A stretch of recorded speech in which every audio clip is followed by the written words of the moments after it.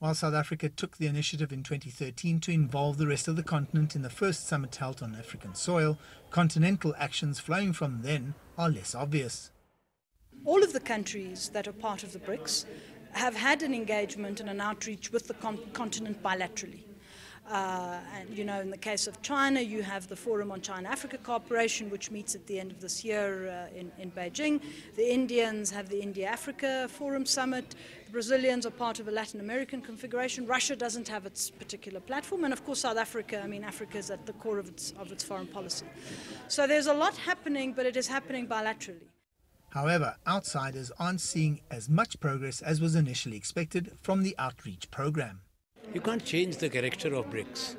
It's only for the developmental support and projects that this outreach embraces there, which will be useful.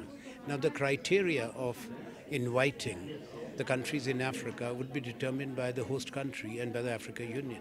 So they have their RECs, the regional economic communities, and that's what the Deputy Minister explained. That's how they invite.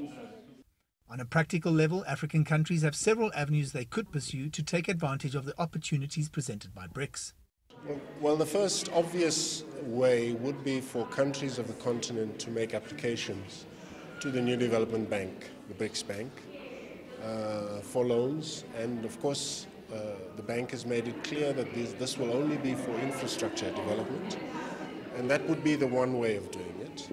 And then obviously the question of trade. And so we would invite African countries in to see how they can pursue better trading relations with the BRICS formation. As bilateral conversations continue apace, there are calls for a coordinated BRICS continental meeting. What still has to evolve, I think, is a BRICS Africa kind of outreach, or what are the projects that we are working on as BRICS together on the continent?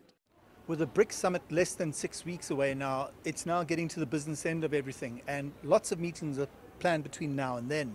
Hopefully there'll be some action plans that come out of that. I'm Angelo Coppola for CGTN in Johannesburg, South Africa.